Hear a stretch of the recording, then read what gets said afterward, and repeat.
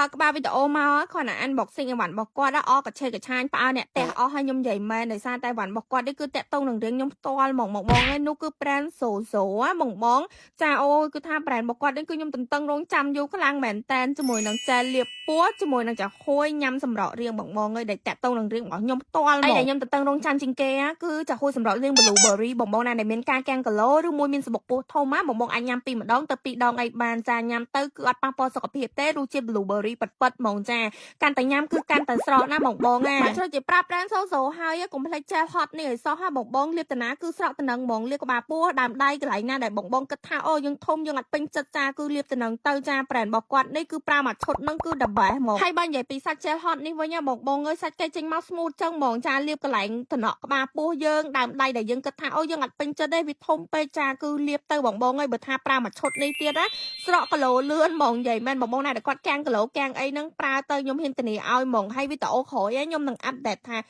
ដើមដៃរបស់ខ្ញុំរៀងរបស់ខ្ញុំស្រកមិនចាគឺខ្ញុំប្រាប់មក